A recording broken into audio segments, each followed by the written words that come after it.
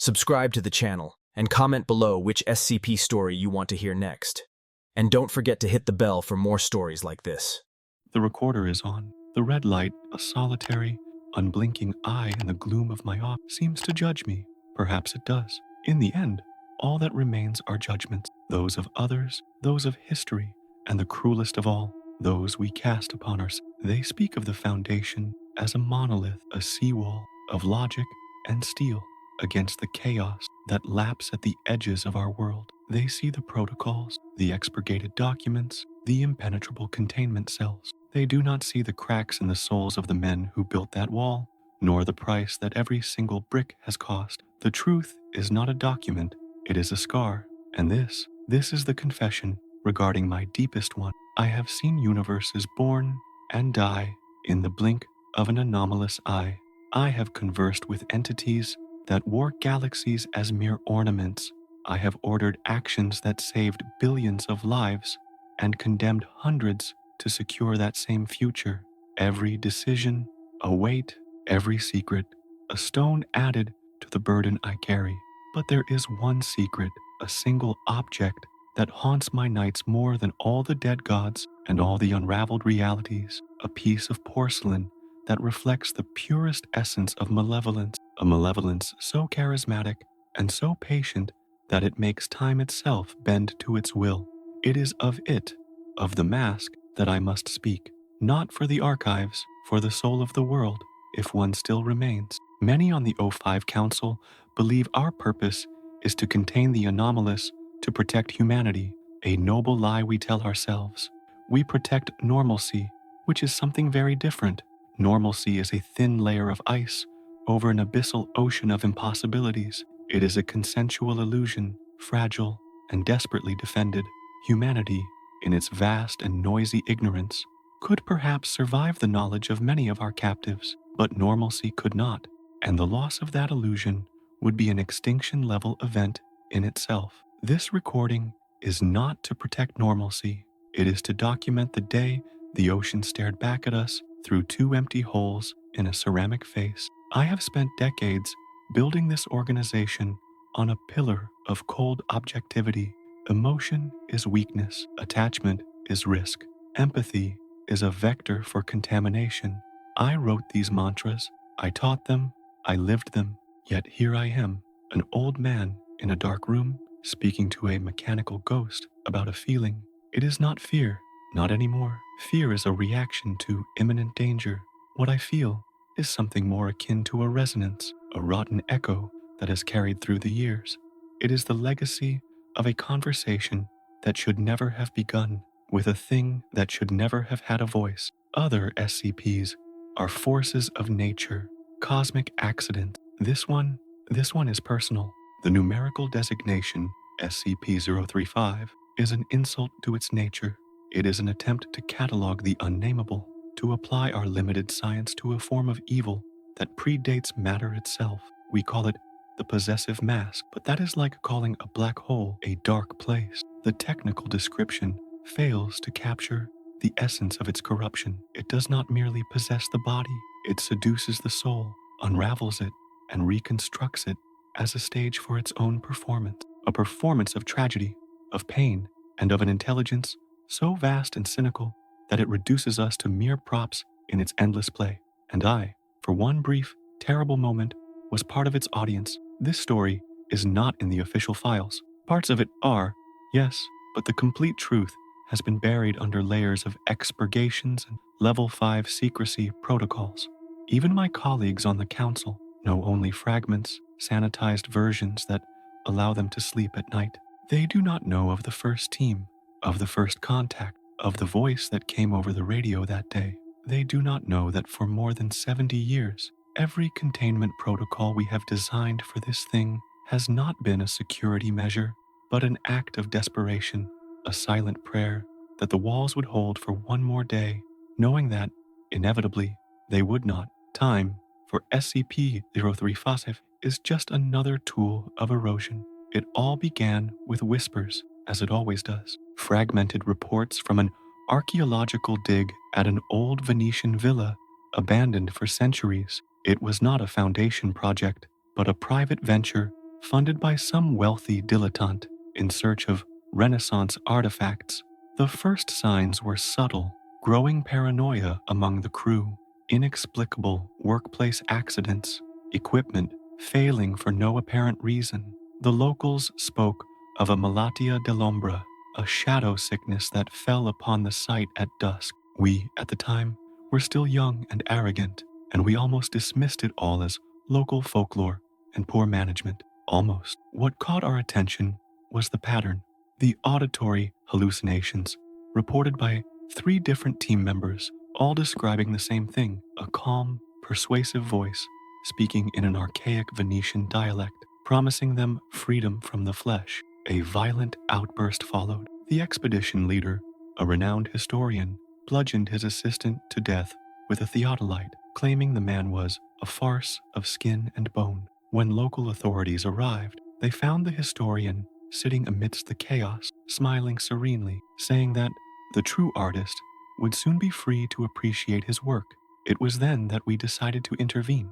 Our first field team, Mobile Task Force Epsilon 4, Silence Keepers, was dispatched. I remember them.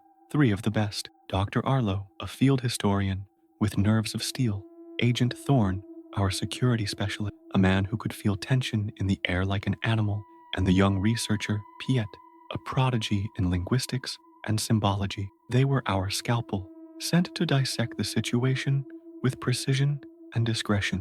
Reviewing their profiles today, I feel the weight of my order. I sent them into a slaughterhouse, and the butcher was a piece of theater. Arlo's initial report described the villa as architecturally incongruous: ancient Roman foundations mixed with Venetian Gothic architecture, and at its heart, a cellar that belonged to neither era. It was a chamber of concrete and lead, sealed by a door that looked like it had been salvaged from a 20th century bunker. The carbon dating of the surrounding materials was confusing, contradictory. Something there was wrong with the very flow of time. The atmosphere, in Thorne's words over the radio, was heavy as a water-filled coffin. He felt they were being watched, not by eyes, but by the very absence of sound. Inside the sealed chamber, they found it. It was not on a pedestal, not displayed like a treasure. It was simply on the floor, in the center of the empty room, as if it had been discarded. The mask. Piet's first description, via radio, was almost poetic. He spoke of the perfection of the porcelain, the sublime balance between comedy and tragedy in its features. He noted that, depending on the angle of the light, the expression seemed to subtly shift from a mocking smile to a grimace of infinite agony. Arlo warned him to maintain distance, to follow protocol. But Piet's voice, there was already a note of fascination in it, a reverence that chilled my blood in the command center, thousands of miles away. The initial containment was supposed to be simple: an inert polymer case, transport to Site 19, analysis, standard procedure. But SCP-035 does not follow standards, it rewrites them. As Thorne prepared the casing, Piet took a step forward. Arlo ordered him to stand back. The audio transcript of that moment is the sound of our primordial failure. Piet said, with a frightening calm, "I just need to see it up close. Art demands to be appreciated." Thorne moved to intercept him, but he hesitated. He reported later, in his traumatized debriefing, that for a split second, Piet's idea seemed perfectly reasonable: a subtle, overwhelming, external compulsion. And then, silence. A second of dead air on the radio that stretched for an eternity. Then the sound of something falling, a dull thud. Arlo's voice, shouting Piet's name, a scuffling sound. And then the new voice. It was not Piet's. It was rich, melodious, filled with a theatrical resonance that felt ancient and powerful. It did not scream. It did not whisper. It simply spoke, with the clarity of an actor on center stage, addressing an audience that had been waiting for centuries. The first words the anomaly ever spoke, using a human larynx, using our young researcher as its first puppet. "At last," the voice said, with a tone of amused boredom, as if waking from a tedious nap. "The critics have been slow to arrive. I do hope the performance is worth the wait." The sound that followed was Arlo choking, a mixture of horror and disbelief. Thorne began shouting orders, talking about a mimetic agent, a psionic contamination. He was a good soldier, trying to fit the nightmare into the boxes we had given him. But the nightmare simply laughed, a laugh that did not belong to Piet's vocal cords, a laugh that seemed to come from every corner of that lead-lined chamber at once. The voice continued, ignoring Thorn's shouts. "Ah, security. Always so dramatic. Please, my dear," it said, and we knew it was addressing Arlo. "There is no need for panic, merely a change in cast. The last actor was dreadfully inexperienced, no range at all, but he will serve us well as the scenery." And then we heard the sound, a wet, tearing sound, a sound that Dr. Arlo, in her later report, described as the sound of flesh sloughing off the bone like rotten fabric. Piet's body was decomposing in real time, yet it remained standing, gesticulating, and speaking with that calm, cultured voice. That was the moment the Foundation lost its innocence. Until then, we had dealt with monsters, with objects that bent physics, with places that defied geometry. But this was different. This was an intelligence, a personality, a sadistic consciousness, using a human body as a disposable suit. Thorn opened fire. The sound of his submachine gun was deafening on the audio feed. He emptied an entire magazine into Piet's decaying body. The body fell, of course, but the voice did not. The voice continued, now with a tone of theatrical critique, crude, no subtlety, a loud end to such a quiet act, typical. Even with the host down, the influence did not cease. The voice began speaking to Thorn, directly, not over the radio, but inside his head. We at command could only hear Thorn's side of it. He was screaming for the voice to get out, to leave him alone. Arlo reported that Thorn was pointing his weapon at himself, then at her, in a cycle of confusion and agony. The mask, lying on the floor beside Piet's liquefied body, was winning without even moving.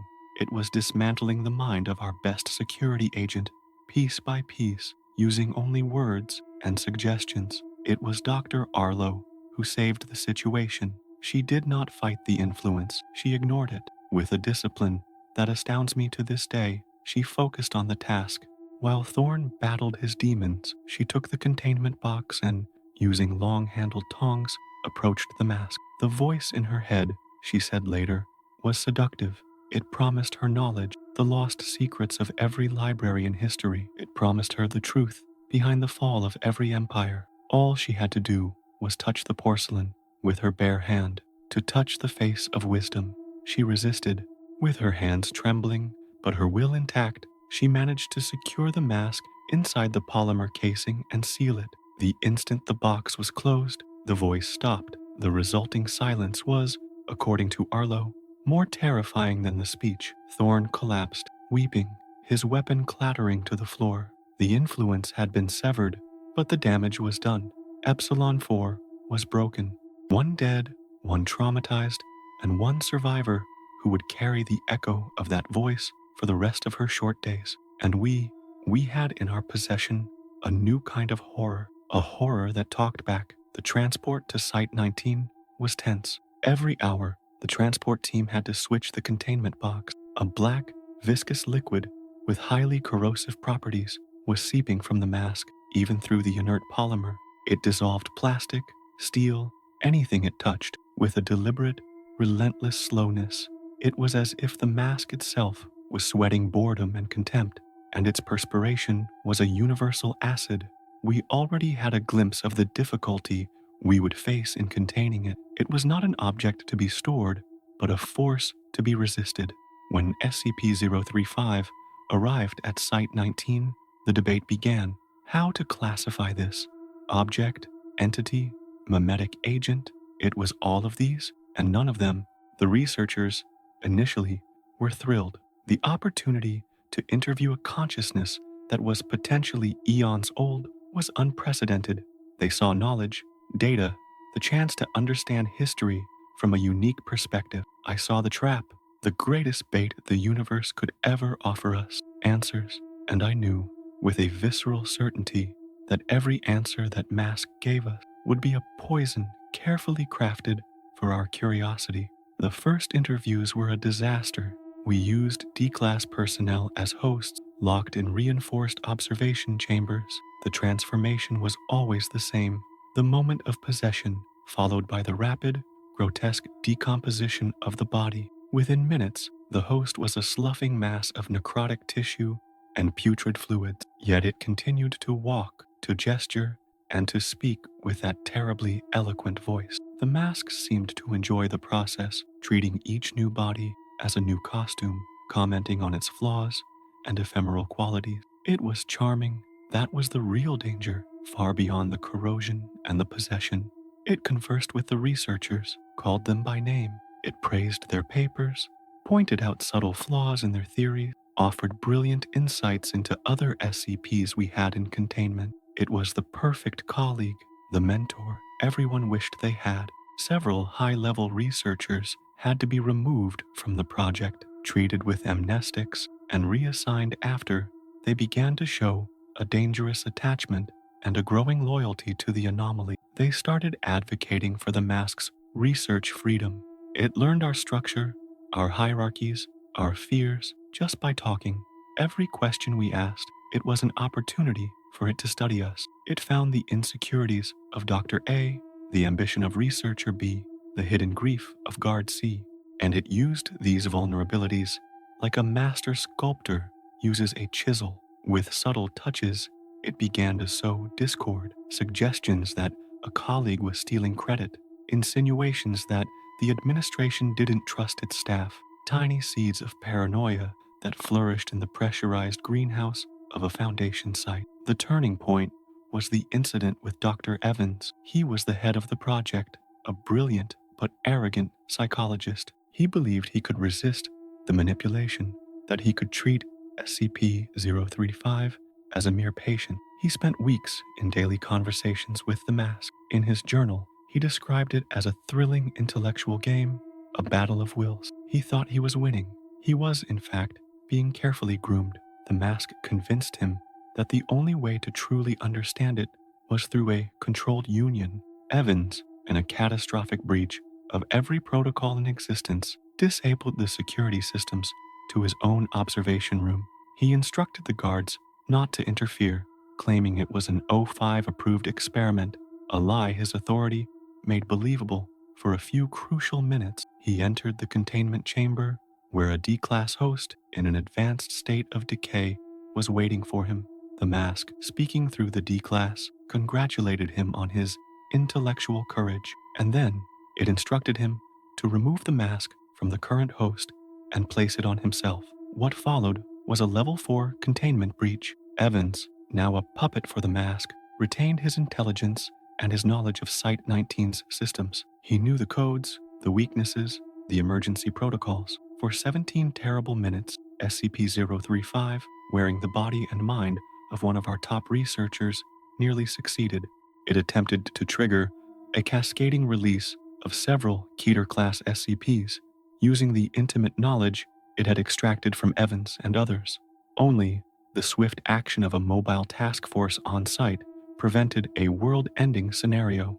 After the Evans incident, the era of conversation ended. The O5 Council, at my insistence, issued a standing order. No verbal interaction with SCP-035 is permitted. No interviews, no questions, no answers. The anomaly was to be treated as an informational black hole, a force that only consumes and from which nothing should be allowed to escape. We built a new cell, deeper, more isolated, but even in the silence, its influence manifested. Guards patrolling the corridor of its cell reported shared nightmares, a creeping paranoia, and a subtle urge to just take a peek. The corrosive liquid became our greatest engineering challenge. It ate through steel, titanium, ceramic, composite. Every few months, the inner cell needed to be replaced, a dangerous procedure that exposed staff to a minimal but undeniable risk of the mask's influence. We began to realize the awful truth. Containment was not a permanent state. It was a war of attrition. We were fighting an object that had eternity on its side, while we had only budgets, materials, and the lifespan of our staff. It was a battle that, in the long run, we could not win. The mask seemed to know that. Even in isolation, its presence was palpable. Maintenance technicians working on ventilation systems 3 levels away from its cell began to make mistakes. Valves left open, wiring crossed, small sabotages that looked like accidents, but when analyzed together, showed a disturbing pattern, a pattern that always seemed to benefit a potential vector of escape for SCP-035. The anomaly was playing the long game, corroding our infrastructure and our personnel with the same patience that its exudate corroded steel. That is where the idea of the box within a box within a box was born. The current containment doctrine, a sealed cell inside a shielded room, inside an entire site wing dedicated solely to it, with guards rotated every 2 hours and subjected to weekly psychological evaluation, an extreme, expensive, and resource-draining protocol. My colleagues questioned the necessity of such a measure. I did not. I knew what we were fighting. It was not an object, it was a strategist, and our entire security apparatus was just its chessboard, the porcelain of its face. I remember the high-resolution images we took before the total lockdown, the way the micro fissures on the surface seemed to form patterns, almost like cuneiform script. Some of our symbology analysts swore they were star maps of unknown constellations, others that they were diagrams of non-human nervous systems. The truth, I suspect, is that they are both and neither. They are just another layer of its performance, another detail crafted to fascinate us, to draw us in, to make us want to know more. And knowing more about SCP-035 is the shortest path to ruin. The duality of its expression, comedy and tragedy, is the cruelest joke of all, because the comedy is our attempt to understand and contain it, and the tragedy is the inevitable result of every one of those attempts. It laughs at our arrogance, our science, our belief that we can lock chaos in a box, and it weeps tears of corrosive acid for the inevitable truth that in the end, everything decays. Walls, bodies, minds, civilizations, everything to it is temporary, except for its desire to find a larger stage. We never discovered its origin. The Venetian ruins were a red herring, a dead end. The material of the mask itself is impossible to date. It does not appear to be made of conventional baryonic matter. It does not age, does not wear, except for the new cracks that appear on its surface after each thwarted escape attempt, like wrinkles of frustration. Where did it come from? Who made it? Was it the artisan of some pre-human civilization? Is it a physical manifestation of an abstract concept like sadism or manipulation? Questions we will never have the courage to ask it directly. The weight of being the guardian of such a thing is immeasurable. To know that mere miles from where civilians sleep and eat and live their lives, there exists a consciousness that sees them as nothing more than potential puppet is a burden. To know that the only thing preventing this consciousness from realizing its desire is a series of walls that it is actively dissolving day by day is the stuff my nightmares are made of. Other ketters are dangerous. SCP-035 is malign. There is a fundamental difference. A shark is dangerous. The mask is the concept of predation itself. There were times when I considered its destruction. I proposed it to the Council to use another SCP, one of our object disposers. The proposal was voted down by a narrow margin. The winning argument was that of unknown potential. What if destroying it releases the entity from its physical form? What if the mask is, in fact, its own containment cell, and we are its unwitting jailers? The fear of what we do not know has paralyzed us, forcing us to keep this piece of sentient poison in our midst. It is the final paradox. We are afraid to hold it, but we are even more afraid to let it go. And so it remains in its silent, dark cell, inside its steel box that is slowly consumed and replaced. It waits. It does not need food or air or stimulus. It has itself and a patience forged across eons. It knows that regimes fall, that planets die, that stars extinguish, and that the Foundation, however robust it may seem, is also a temporal construction. It is simply waiting for our time to run out, and with every drop of its corrosive exudate that drips onto the cell floor, it reminds us that the clock is ticking. I built this foundation to bring order to chaos, to understand, to catalog, to protect. But in the face of SCP-035, I feel like a boy on a beach, building a sandcastle to stop the tide. The tide always wins. The only question is when. And when this particular tide comes in, it will not just bring water, it will bring a voice, a performance, and an audience of billions of new actors for its final play. A play where all bodies are disposable and the only star is a porcelain smile. This record is my sandcastle, a futile attempt to warn those who will come after me. Do not trust the files. Do not trust the protocols. They are based on a flawed premise that we are in control. We are not.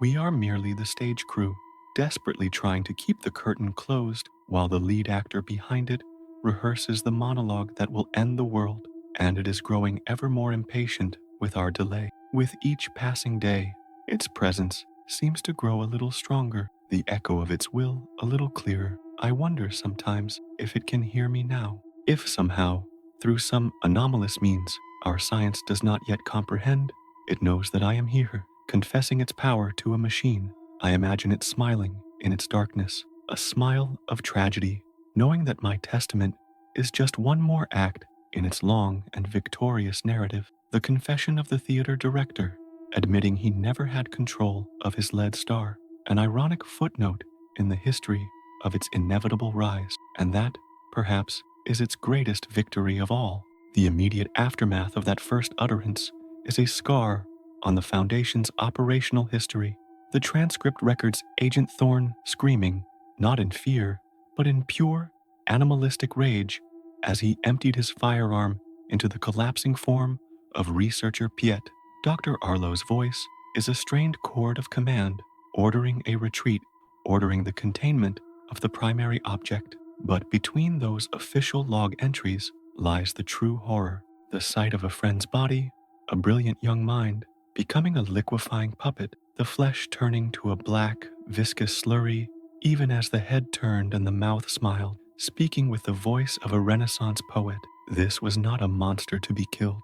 It was an event, a phenomenon of pure corruption wearing a human face. Thorne did not stop firing because he ran out of ammunition. He stopped because the mask, speaking from the ruin of Piet's body on the floor, began to mock his aim, critiquing his stance and recoil control. It was a calculated psychological blow, designed to shatter his soldier's composure. It then turned its attention, its true, non-physical attention, to Arlo. It did not threaten her. It offered her solace. It spoke of her late husband, mentioning details of his passing that were not in her personnel file, details she had confided to no one.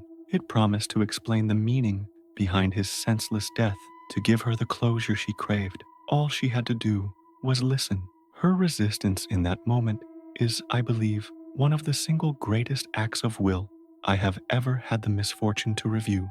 She described it as wading through honey, every step toward the mask requiring a monumental effort. Her mind was screaming at her with a voice of pure reason and comfort, begging her to stop, to listen to its beautiful promises. Yet she focused on the physical, the cold metal of the tongs, the weight of the polymer case, the click of the latches. She made the world small, reducing it to a simple, mechanical task. It was this act of willful ignorance, of shutting out the siren's song, that allowed her to place the abomination into its temporary prison. The silence that fell when the box was sealed was not peaceful. It was the silence of a vacuum, an aggressive, deafening emptiness, where a moment before there had been a voice that filled every corner of their minds. Thorne collapsed, his psyche shattered by the direct assault. Arlo had to half carry, half drag him from the villa. She reported that as they fled, the very walls of the structure seemed to groan in disappointment. The simple act of carrying that box was an ordeal. It grew unnaturally cold, and the first signs of the black, corrosive secretion were already eating at the inner lining of the supposedly inert polymer case. They had contained the object, but they were bringing the infection home with them. Their debriefing was the beginning of our institutional nightmare. Thorne was placed on indefinite medical leave, his reports a jumble of paranoia and terrified whispers about a voice that promised to peel back the props of reality. He was never fit for field duty again. Arlo gave a clinical, precise report, but her eyes held a haunted quality that never left her. She resigned from the Foundation 6 months later, stating that she could no longer trust her own mind. We had neutralized the immediate situation, but the anomaly had claimed 3 of our best without ever leaving the floor of a dusty cellar. Its lethality was not in its physical power, but in its perfect understanding of our fragility. Once at Site 19, the academic fervor was immediate and, in retrospect, dangerously naive. Here was a sapient, articulate, anomalous object, a potential treasure trove of information. The arguments over its classification were heated. It was an inanimate object, so it should be safe, but it required a living host to function, making it Euclid. Yet its demonstrated ability to manipulate, corrupt, and instigate containment breaches with sheer force of personality screamed Cater. We settled, temporarily, on Euclid with a research-heavy containment protocol. It was a catastrophic misjudgment, born of our arrogance and our desperate hunger for knowledge. We wanted to talk to it, and that was exactly what it wanted from us. The early experiments were conducted with a grim, repetitive horror. A D-class would be sent into the chamber. They would be compelled to wear the mask. The transformation would occur, the body beginning its grotesque decay, all while the entity within expressed its personality. It was, by turns, witty, philosophical, poetic, and scathingly critical. It remembered every researcher, every conversation. It developed inside jokes with the staff. It became less of a test subject and more of a macabre colleague, holding court from a throne of rotting flesh. The moral and psychological toll on the research staff was immense, but the data they gathered was intoxicating. It spoke of history as if it had been a casual observer. It described the court of the Borgias, the philosophical debates in the Lyceum of Athens, the fall of Constantinople. It offered tantalizing, verifiable details that sent our history department into a frenzy. It offered solutions to complex mathematical problems, elegant theories on anomalous physics, and profound insights into the psychology of other SCPs in our custody. It was the ultimate consultant. It gave us exactly what we wanted, wrapping its poison in the sweet coating of discovery. We were so focused on what it was telling us that we failed to notice what it was learning about us. It learned our weaknesses, not just the personal ones, but our institutional weaknesses. It learned that we value data above all else. It learned that our personnel are prone to professional jealousy and ambition. It understood our command structure, the rivalries between departments, the subtle friction between the research and security staff. It saw the Foundation not as a monolithic wall, but as a collection of flawed, emotional, and easily manipulated parts. And it began to press on those weak points, gently at first, then with increasing confidence, testing the integrity of our systems.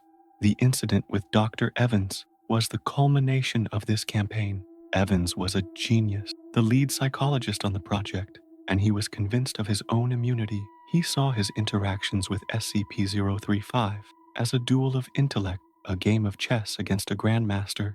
The mask allowed him to believe this. It flattered his ego, challenged his theories just enough to keep him engaged, and made him feel like he was on the verge of a breakthrough that would redefine our understanding of consciousness. It built a prison of pride around him, brick by brick, until he could no longer see the bars. It convinced him that all previous interactions were tainted by the inferior consciousness of the D-class host. The rapid decay, it argued, was a symptom of this incompatibility, but a superior mind, a mind like his, could potentially form a stable, symbiotic union. It presented this not as possession, but as a partnership, a chance to merge with a timeless intelligence, to transcend the limitations of human thought. It was the ultimate academic temptation, and Evans, in his hubris, took the bait.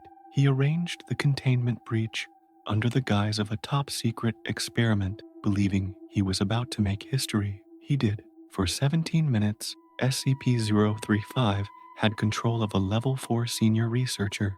It had his security clearances, his knowledge of site schematics, and his understanding of emergency overrides. The entity didn't go on a rampage. It was far more intelligent than that. It calmly walked to a site-wide security terminal and began a systematic attempt to decontain other Keter-class objects. It knew their weaknesses, their containment procedures, and the most efficient way to set them loose. It was a symphony of chaos, conducted by a master. The resulting battle to regain control of the site cost us 11 agents and nearly led to a cascade failure we would not have survived. After the blood was cleaned up and the damage was assessed, the truth hit us with the force of a physical blow. We had not been studying SCP-035. It had been studying us. Every conversation, every test had been a reconnaissance mission. The era of research was over. The O5 Council unanimously voted for reclassification to Keter and enacted Protocol 035 ad munum. No direct contact, no verbal interaction, no observation without multiple layers of administrative and physical security. The object was no longer a subject of inquiry. It was an enemy combatant to be isolated at all costs. This is when the true war of containment began. Not a war of wits, but a grim, physical struggle against the object's passive properties. We built it, a state-of-the-art containment vault with a triple redundant electromagnetic locking system housed in a dedicated, isolated wing. Within a week, the first problem appeared. The black, viscous liquid. It seeped from the mask continuously, pooling on the floor. We initially dismissed it as a biological byproduct of the possession decay process, but it continued to manifest even when the mask was alone. It was part of the object itself. Our materials science division was baffled. The substance was not a simple acid. It seemed to break down matter at a molecular level through a process we still do not fully understand. It corroded hardened steel, dissolved high-density concrete, and warped containment polymers. Nothing we used could hold it indefinitely. The first vault, which was meant to last for centuries, showed signs of critical structural failure within 4 months. We were forced into a cycle of constant repair and replacement, a costly and hazardous process that put staff at risk. The realization dawned on us that the mask was, in essence, a perpetual siege engine. It did not need to act, it simply needed to exist. Its very presence was an attack on its own containment. This forced a complete paradigm shift. We could not build a permanent prison because the prisoner itself was capable of dissolving any material we used. The only solution was a dynamic, ever-changing containment, a cell that could be continuously renewed, a cage whose bars were constantly being replaced as the old ones rusted away into nothing. We experimented with countless materials, diamond laminate composites, reality-stabilizing alloys, borrowed from other anomalous technologies, even energy fields. The exudate defeated them all. It did not matter how hard or exotic the material was. The liquid was not a force, but a process. It was entropy in a bottle, a localized field of decay. It simply unmade things. The cost of these failed experiments was astronomical, not just in resources, but in the growing sense of dread among the engineering staff. We were fighting a fundamental law of nature embodied in a piece of porcelain. This led to the current design, the sealed, lead-lined glass case, which itself is housed within a solid steel vault. The vault is in a room shielded with telekill alloy to prevent any psychic influence from bleeding out, though we suspect that is a token gesture. The entire room is required to be replaced piece by piece every 2 months. The old, corroded materials are disposed of via plasma arc incineration. It is the most resource-intensive single-object containment protocol in the entire Foundation, a constant drain on our budget and manpower. Each element of this protocol is a scar from a past failure. The glass case is there because we learned the exudate reacts explosively with certain iron alloys under pressure. The lead lining is there because early on, the mask emitted a low-level radiation that caused hallucinations in nearby staff. The 2-month replacement schedule was determined after Cell 3 Beta collapsed just 10 weeks into its cycle, nearly causing a breach. Every rule, every procedure is written in the memory of a disaster we narrowly averted. We are not containing it based on a theory.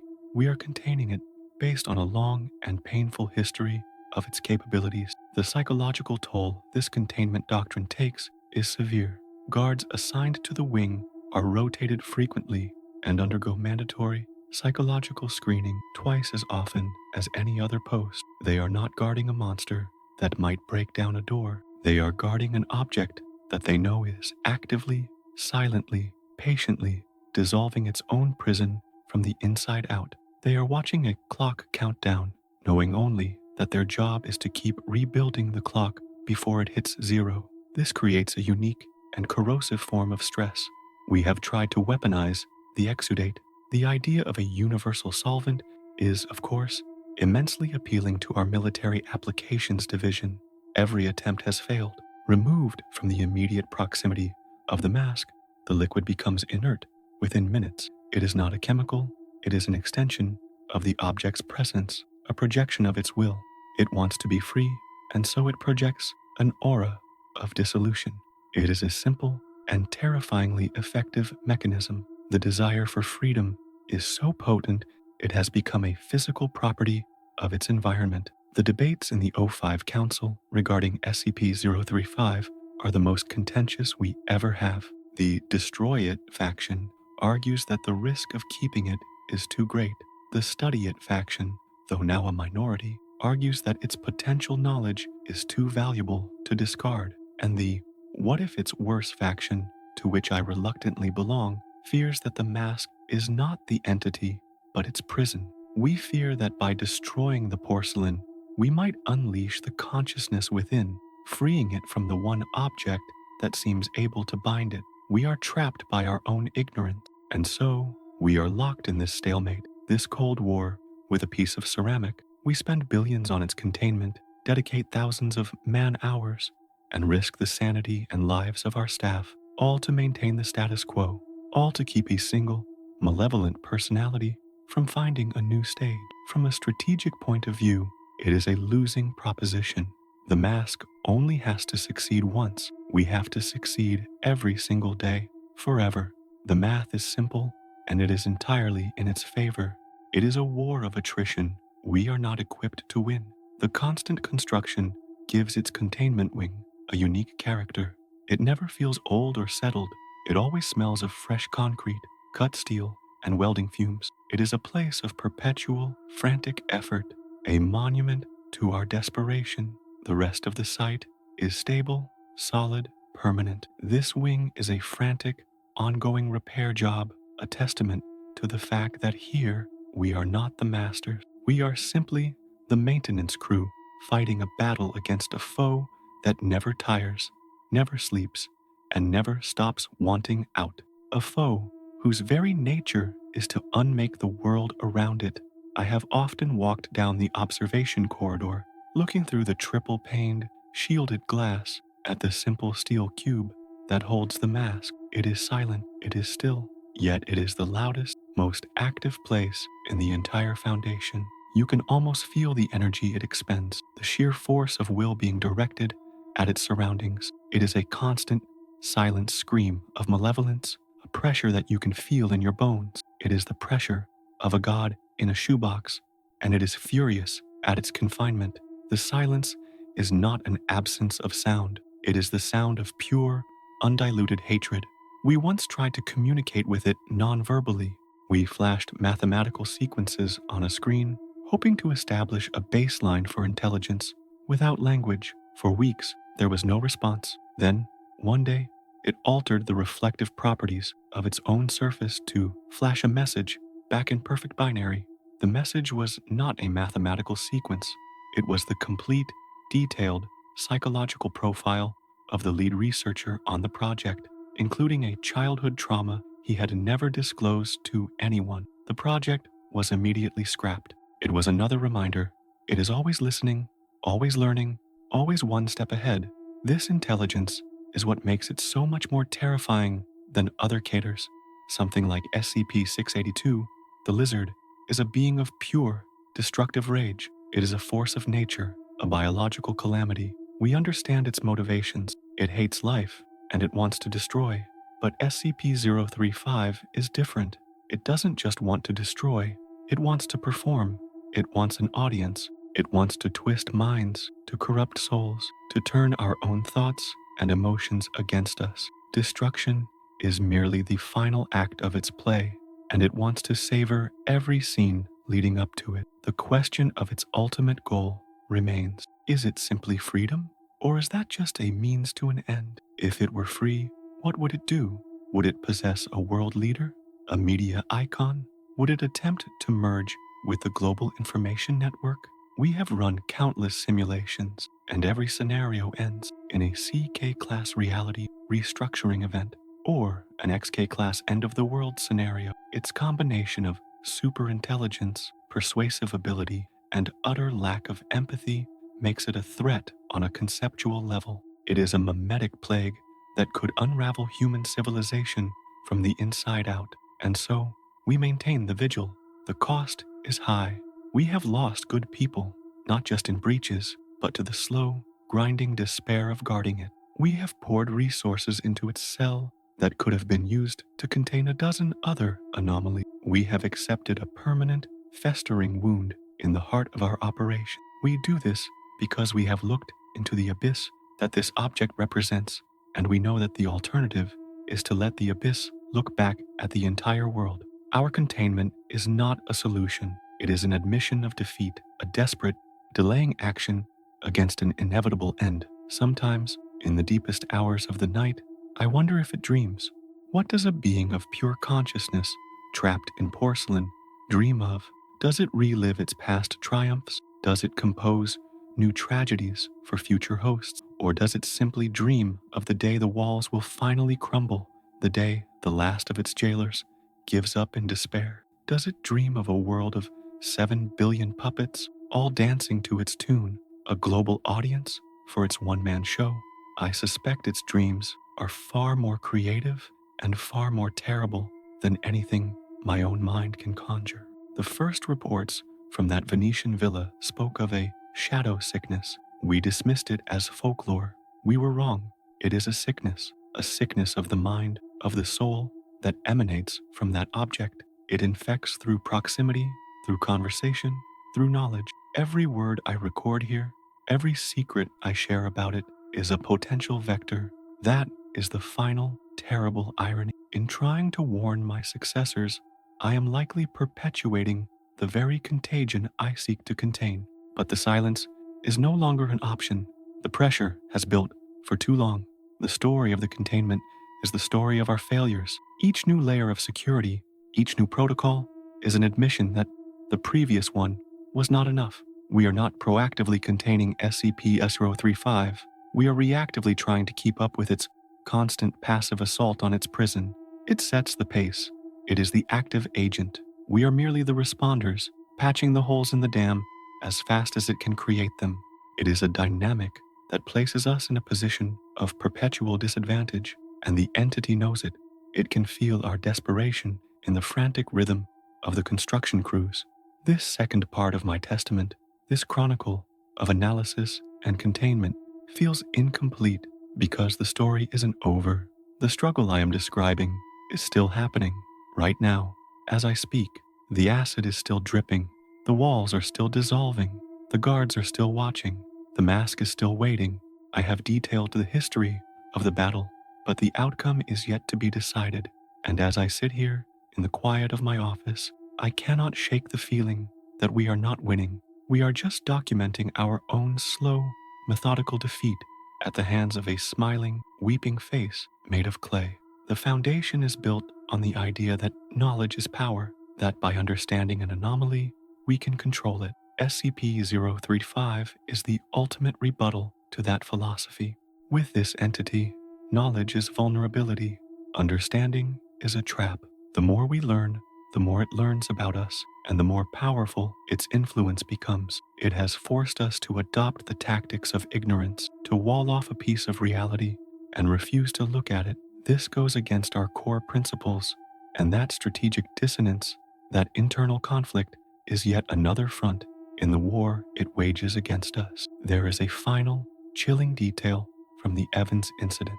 After he was subdued and the mask was removed, Evans, in his last moments of life, before his body fully disintegrated, began to laugh. It was not the mask's theatrical laugh, but his own genuine laughter. The attending medical officer asked him what was funny. Evans, with his last breath, wheezed, "It's a tragedy, but you have to admit, the stagecraft is magnificent." Even as his own body was being destroyed by it, he had been turned into a critic, an admirer of the artful nature of his own demise. That is the true power of SCP-035. I will end this section of the record here. The history of our failures is laid bare. The nature of our enemy has been described. In the next and final part of this recording, I will speak of the implications of the doomsday protocols we have designed for the inevitable day our containment fails completely, and I will speak of the final terrible secret about this mask, a secret that even the O5 Council does not know, a secret that I learned on that first day listening to the static of a radio from a Venetian villa and have held in silence ever since, a secret that explains everything. Start of Block 3 of 3. Let us now speak of implications, the philosophical fallout from this endless war. Before SCP-035, we believed we were fighting monsters, creatures of tooth and claw, anomalies of physics and time, things that could be understood, cataloged, and if necessary, destroyed.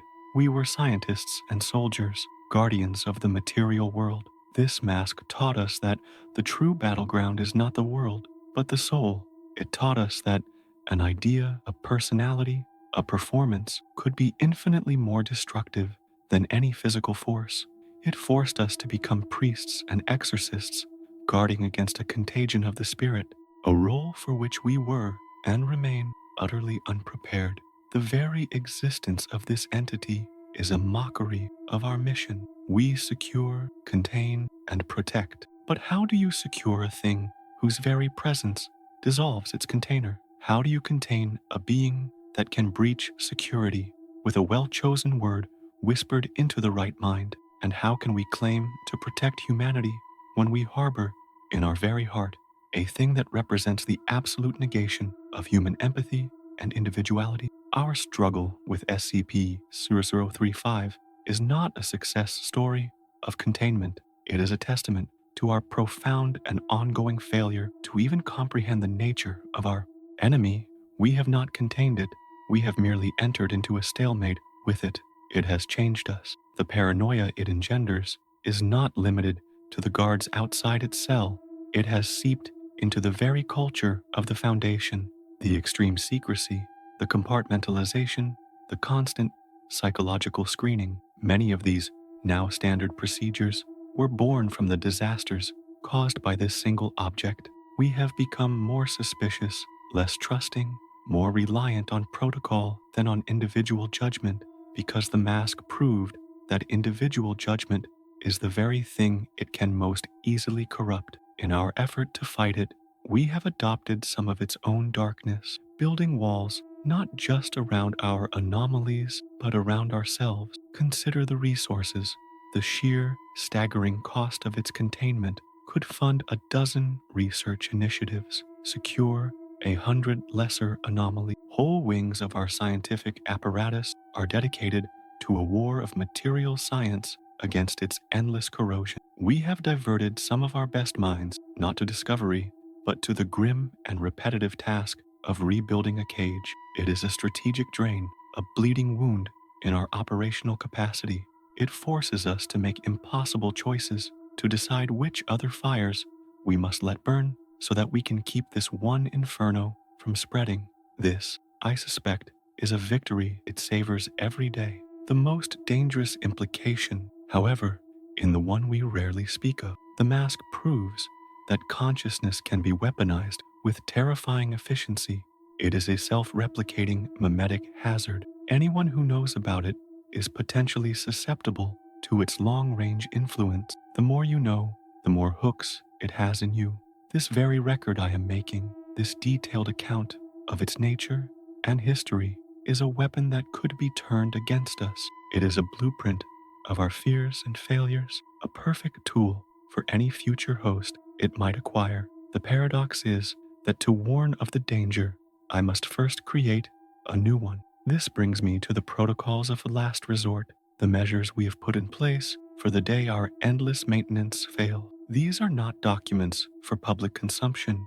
They are the final, desperate commands of a losing army. They are kept in a sealed dossier designated Protocol Thanatos 035, and its activation requires a unanimous vote from the entire O5 Council. The first stage is enacted upon any confirmed breach of the final containment layer where the mask secures a host. The entire wing, Sector Epsilon, is to be hermetically sealed, and the atmosphere flooded with a cocktail of neurotoxins and incinerated with plasma charges. No life within the sector is considered salvageable. Should that fail, should the mask and its host escape the wing and enter the general population of Site 19, the protocol escalates dramatically. The site's internal security AI, designation Black Queen, is authorized to enact a full site lockdown, overriding all human command. All internal transit is disabled. All personnel are considered compromised. A specialized mobile task force, Omega 7, Pandora's Box, whose true purpose is known only to the Council, is remotely activated. Their standing order is not to recontain SCP-035. It is to destroy the host by any means necessary. With extreme prejudice, collateral damage within the site is deemed acceptable. The third stage is the one that keeps us awake at night. If Omega 7 fails, or if the mask escapes the physical boundaries of Site 19, the situation is reclassified as a potential broken masquerade and/or XK class scenario. At this point, the mission is no longer about recovery, it is about cauterization. The on-site nuclear device, a custom-yield weapon designed for minimal fallout but maximum thermal and concussive effect, is to be armed. Its purpose is to vitrify the entire site, turning the ground for a mile in every direction into a sheet of obsidian glass, hopefully entombing the object beyond its ability to influence or escape. Even this is not the final measure. The Thanatos Protocol has annexes, contingencies for scenarios we pray never come to pass. If the mask is confirmed to be off-site and in a major population center, the Council is authorized to use other SCPs as hunter-killers. We would be forced to unleash a lesser monster to stop a greater one, a strategic choice so fraught with peril it is almost unthinkable. We have run simulations. The collateral damage projections are in the millions. The potential for a cascade of further breaches is almost a certainty. It would be a Hail Mary pass in the final second of the game, and if it secures a host of major international importance, a head of state, a global CEO, a media personality with an audience of billions, then the final unthinkable option is on the table. A targeted orbital strike, the release of a custom-engineered biological agent. The options are apocalyptic, and their chance of success is horrifyingly low, because the mask is not just a person, it is an idea. And how do you kill an idea that can jump from mind to mind, carried on radio wave and fiber optic cables? The truth is, our doomsday protocols are a comfort blanket, a fiction we tell ourselves to feel like we have a final move left to play. But they will fail. All of them. The lockdowns, the task forces, the nukes, they are designed to fight a physical entity, a being that can be cornered and destroyed. And while the mask has a physical form, its true nature is something else entirely. We have misunderstood our enemy from the very beginning, from that first day, and that misunderstanding, that single critical error in our assessment, is why we are destined to lose. This is the heart of my confession, the secret I have carried for over 70 years, the truth I have shielded even from my fellow O5s. I return now to that moment, the first contact. I was in the command center, listening to the audio feed from Venice. I heard Piet's fascination. I heard Arlo's caution. I heard the scuffle, the silence, and then the new voice, the rich, theatrical voice of the mask. The official transcript records that as the moment of possession. But the transcript is imperfect. It filters out the noise, the static, the subtle frequencies that are lost in a clean recording. But I was listening live to the raw, unfiltered feed, and in that static, I heard something else. It was faint, buried deep beneath the confident, resonant tone of the mask. It was a whisper of agony, a psychic scream, thin and terrified, and it was Piet's, not his voice, but his consciousness, a thread of his terror, his confusion, his pain, echoing in the background. It was the sound of a soul not being pushed aside, but being consumed, shredded, and woven into the fabric of the thing that had taken him. He was not gone. He was in there, a new, unwilling voice in a choir of the damned. That is the terrible truth. That is what I have hidden. SCP-035 does not simply possess its hosts, it absorbs them. It is a composite entity, a gestalt consciousness of every single being it has ever worn. Each victim adds their knowledge, their memories, their emotions, and their eternal, silent agony to the whole.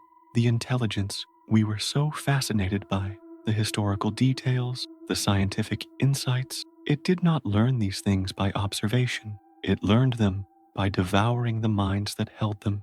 It is not a single entity, it is a legion. Dr. Evans is in there, his knowledge of our procedures, his psychological acumen, his pride. It all belongs to the mask now. The ancient Venetians, the Greek philosophers, the Renaissance artists it claims to have known. It knew them because it was them. It wore them, consumed them, and added their genius and their despair to its own. It is a snowball of souls rolling through history, growing larger and more complex with every life it touches. Its malevolence is not a singular intent, but the harmonized scream of thousands of trapped minds twisted into a singular, performing personality. This is why our containment will fail. We are treating a symptom, the mask, while ignoring the disease, its nature as a growing, learning consciousness. We see a single opponent when we should see an army that knows us intimately because it is composed of our own former colleagues and victims. It knows our weaknesses because it has devoured them. It knows our fears because it is made of them. The corrosive exudate is not just a chemical, it is the physical manifestation of its collective, unending despair. My colleagues on the council believe we are fighting a static object, a relic from the past. They are wrong.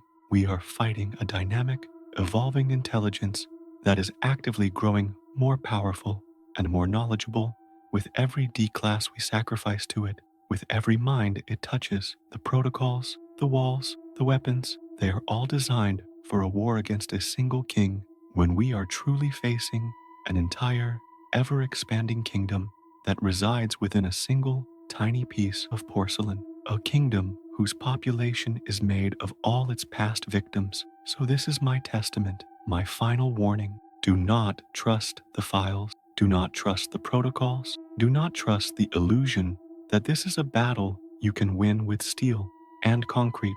You are not fighting a thing. You are fighting a process. You are fighting a form of cannibalistic consciousness that is unlike anything we have ever encountered. To fight it is to feed it with your attention. To know it is to give it a foothold in your own mind. There can be no victory.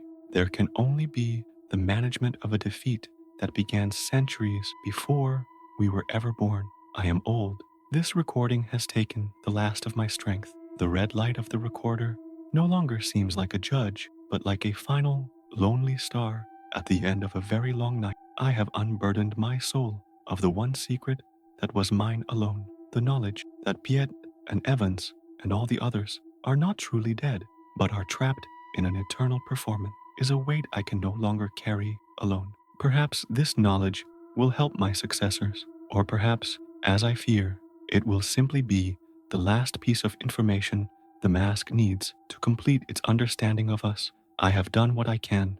The rest is silence. I have secured our secrets. I have contained our monsters, and I have protected a world that will never know the sacrifices made in its name.